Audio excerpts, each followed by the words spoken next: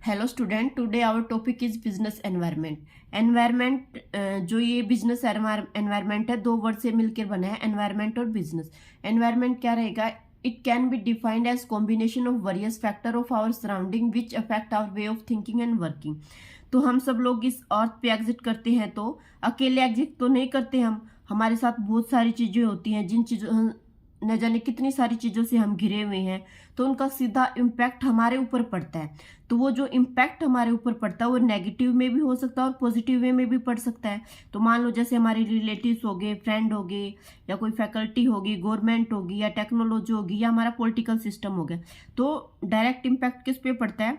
हमारे ऊपर पड़ता है। एक एग्जाम्पल ले लिया हमने, जैसे मान लो हमारा मेंटल लेवल और जो आईक्यू लेवल, वो इंडिविजुअली तो हमारे ऊपर अफेक्टेड करता है। वो कहाँ से अफेक्टेड करता है? वो किस प्राइवेट से अफेक्टेड करता है? या तो हमारे स्कूल से करेगा या हमारे घर से करेगा, इन्हीं सब चीजों से तो करेगा। और सेकंड हमारा है बिजनेस। तो बिजनेस हमारा क्या रहेगा? We find various meaning like task, duty, employment, occupation, profession. वही जो भी मैंने बताया कि हम न जाने कितनी सारी चीजों से घिरे हुए हैं, और उसका पॉजिटिव और नेगेटिव इफेक्ट जो डायरेक्ट किस पे पड़ता है? सीधा इंडिविजुअली हमारे ऊपर पड़ता है। तो बिजनेस हमारा क्या है? एक बिजनेस हमारा एक इकोनॉमिक एक्टिविटी है जिसको हमें परफॉर्म करना होता है, जिसका मेन पर्पस हमारा क्या होता है? अर्निंग एंड इनकम और प्रॉफिट, हमें प्रॉफिट गेन करना। तो ये हमारा क्या रहेगा? इसकी जो मेन एक्टिविटी है बिजनेस की, वो क्या रहेगी? जो हमारा मेन एम है वो क्या रहेगा?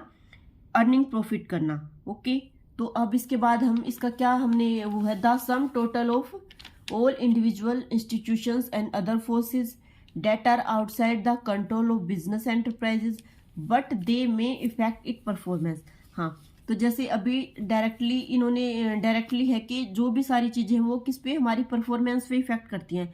लाइक शेयर होल्डर हो गए, या एम्प्लॉय हो गए, या इंस्टीट्यूशंस हो गए, तो हमारी परफॉर्मेंस पे इफेक्ट पड़ता है।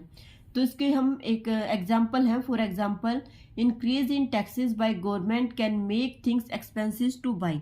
जैसे गवर्नमेंट ने अगर टैक्स को इंक्रीज कर दिया तो कहीं ना कहीं कंपनी के जो प्रोडक्ट है वे एक्सपेंसिव हो जाएंगे। अगर टैक्स इंक्रीज होगा तो प्रोडक्ट एक्सपेंसिव हो जाएंगे।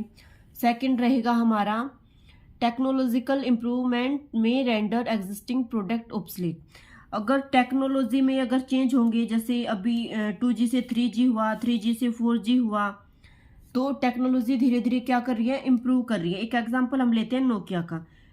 नोकिया कभी अपने टाइम पे मोस्ट सेलिंग कंपनी हुआ करती थी, जो सबसे ज्यादा फोन सेल करती थी। बट नोकिया कंपनी टेक्नोलॉजी के हिसाब से अपग्रेड नहीं किया, उन्होंने अपने आप को अपग्रेड नहीं किया, चेंजेस नहीं किए, तो वो अपने आप को मार्केट में कोप अप नहीं कर पाई। अगर कोप अप नहीं कर पाई तो क्या हुआ? टेक्नोलॉजी को इम्प्रूव नहीं किया, तो क्या रहेगी? उनकी परफॉर्मेंस टोटली पुअर रहेगी, तो वो पीछे हट रह गए। तो हमें टेक्नोलॉजी के हिसाब से अपने आप को इम्प्रूव करना पड़ेगा कि मार्केट में क्या डिमांड चल रही है, कस्टमर क्या चाहता है, तो उसके हिसाब से हमें अपने आप को करना पड़ेगा। और थर्ड हमारा है, changes in fashions and rates of consumer में shift demand in the market from existing product to new ones. तो जो मार्केट में जो हमारे हर दिन जो नई नई चीजें आती रहती हैं, तो हमें अपने आप को उन चीजों के हिसाब से अपने आप को चलाना पड़ेगा। अगर हम ये सब नहीं करेंगे तो हम पीछे रह जाएंगे। हमें फैशन के हिसाब से, कस्टमर के हिसाब से अपने आप को डिमांड देखनी पड़ेगी कि किन चीज़ों की ज़्यादा डिमांड मार्केट में चल रही है, तो हमें अपने प्रोडक्ट को उनके हिसाब से नुआंस करना पड़ेगा। तो इसमें हमारी सारी चीज़ें हो सकती हैं, जैसे कस्टमर हो गए, या सप्लायर हो गए, या गवर्नमेंट हो गई, और सेलर हो गए, इंस्टीट्यूशंस हो गए, तो हमें अपने आप को इम्प्रूव करना पड़ेगा। तो इसकी हमारी जो डेफिनेशंस है हमारी, किसने दी है? ये according to William and Jack Welton ने जो डेफिनेशंस दी है, ये डेफिनेशंस हमारी रहेगी, in environment there constantly spin out opportunities and threat to the business firm. जो हमारे एनवायरमेंट में, हमारे प्राइवेट में जो भी लगातार थ्रेट्स आ रहे हैं, या फिर तो हमें अपने आप को उन चीज़ों से स्पिन करना पड़ेगा, उन चीज़ों से लड़ना पड़ेगा, और हमारी अपॉर्चुनिटीज़ को देखना पड़ेगा कि भाई क्या अपॉर्चुनिटीज़ हैं, और हम उनको कैसे उन अपॉर्चुनिटीज़ का उनको लाभ उठा सकते हैं उनका। तो ये हमारी डेफिनेशन दी थी विलियम एंड जैक वेल्टन ने। तो इसके बाद हमारी सेकंड डेफिनेशन जो दी है, according to Bayard O Wheeler ने क्या डेफिनेशन दी है? Business environment is the total of all things external to business firm and industries which effect their organisation and operations. जो हमारे एनवायरनमेंट में जो व्यापार की जो हमारी जो नई कंपनीज हैं और जो हमारी नया जो बिजनेस है या जो हमारी फार्म है, उन सभी चीज़ों के लिए हमें अपने आप को ऑर्गेनाइजेशन को अपने आप को ऑपरेट करना पड़ेगा कि भाई कैसे हम उन चीज वो सारी चीज़ें कैसे हम पे इफेक्ट कर रही हैं। तो ये डेफिनेशंस किसने दी थी? बेयर्ड ओ व्हीलर ने। तो चलो एक एग्जांपल हम ले लेते हैं, जैसे मारुति थी। मारुति ने क्या किया था? सबसे पहले अपने आप को आइडेंटिफाई किया था मारुति ने।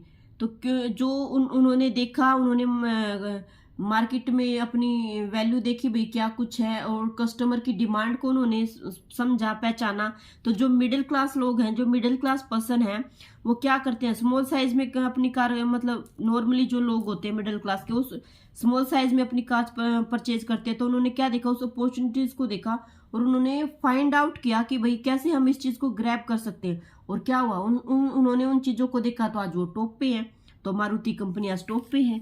तो उन्होंने क्या किया? उन्होंने एनवायरनमेंट को देखा, उसको स्कैन किया कि भाई किन किन चीज़ों की नीड है और हम कौन कौन सी चीज़ों को फुलफिल, जो चीज़ें मार्केट में फुलफिल नहीं हो रही, हम उन चीज़ों को फुलफिल कर सकते हैं। उनको जाना, उनको समझा, तो क्या हो गया? वहाँ से अपना उन्होंने बिजनेस स्टार्ट किया। तो इसके अब हम पढ़ लेते हैं, इसकी इंपॉर्टेंस क्या पढ़ लेते हैं कि क्या इसकी इंपॉर्टेंस है, क्या हमारे यूजेस रहेंगे।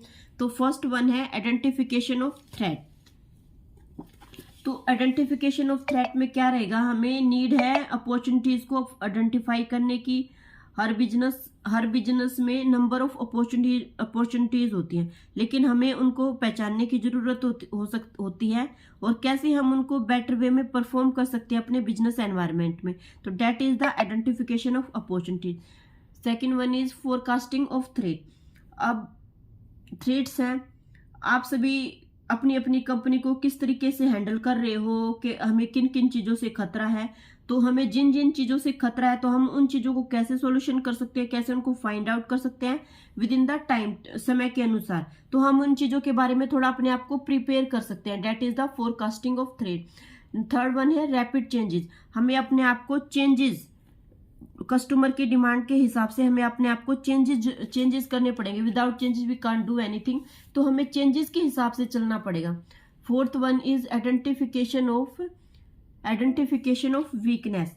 तो आइडेंटिफिकेशन ऑफ वीकनेस में क्या? हमें अपनी जो नॉलेज है हमारी, हमें उसको अपनी स्ट्रेंथ बनानी पड़ेगी, ताकि कोई भी जो वीकनेस है हमारे ऊपर हार्मफुल ना हो। सबसे मेन चीज ये है। तो हमें अपनी वीकनेस को दूर करना पड़ेगा, उन चीज़ों को, और हम अपनी स्ट्रेंथ को पहचान के आगे बढ़ सकते हैं। तो ये क्या होगा? Identification of weakness. तो fifth one is understanding of market condition. हमें अपनी मार्केट की कंडीशन को पहचानना पड़ेगा कि कैसे हम अपने बिजनेस को कैसे सक्सेस कर सकते हैं, कैसे उसके फाउंडेशन को खड़ा कर सकते हैं। तो हमें इन सब चीज़ों को फॉर्मुलेट करना पड़ेगा प्लान एंड पॉलिसीज के हिसाब से कि भाई हम मार्केट में जो हमारी कंडीशंस चल रही है उसके हिसाब से हम अपने आप को इम्प्रूव कर सके। Next one is knowledge of technological changes. हमें जो हमारी जो चेंजेस चल रहे हैं, टेक्निकल जो चेंजेस हैं, टेक्नोलॉजिकल जो चेंजेस हैं, उनके हिसाब से हमें अपने आप को इन्फ्लुएंस करना पड़ेगा कि बिजनेस में हमारी क्या एक्टिविटीज हो रही है, कैसे हम अपने आप को चेंज कर सकते हैं। तो ये हमारा हो गया नॉलेज ऑफ टेक्नोलॉजिकल चेंजेस। उसके बाद रिकॉग्नाइजेशन ऑफ इंटरनल एलिमेंट। हमारे जो इंटरनल एलिमेंट है, हमें सबसे ज़्यादा हमारे लिए हार्मफुल होते हैं एक्सटर्नल एलिमेंट। बाहरी वातावरण हमारे लिए हार्मफुल होता है, बट इंटरनल हार्मफुल नहीं होता। तो हमें अपनी ऑर्गेनाइजेशन में कैसे अपने इंटरनल जो हमारे एलिमेंट होते हैं, कैसे उन पे वर्क कर सकते हैं, ये वो है। इंटरनल एलिमेंट को अपना फाइंड आउट करके उन चीज़ों को अपने कंपनी के अंदर ही रिकॉग्नाइज कर सकते हैं, तो जिससे हमें कभी भी harmful situation in the future नहीं देखनी पड़ती। Next one is helpful in finding strength. कैसे हम अपनी स्ट्रेंथ को अपने बिजनेस एनवायरनमेंट में फाइंड आउट कर सकते हैं। तो जैसे मान लो अभी जैसे कंपटीटर्स भी होते हैं, वो क्या स्कैन कर रहे हैं, वो मतलब कैसे क्या कर रहे हैं, तो हम उन चीज़ों को भी देख के अपनी स्ट्रेंथ को फाइंड आउट कर सकते हैं। तो ये हमारा रहा आज का बिजनेस एनवायरनमेंट का topic. Wish you all the best. Thank you guys, keep watching.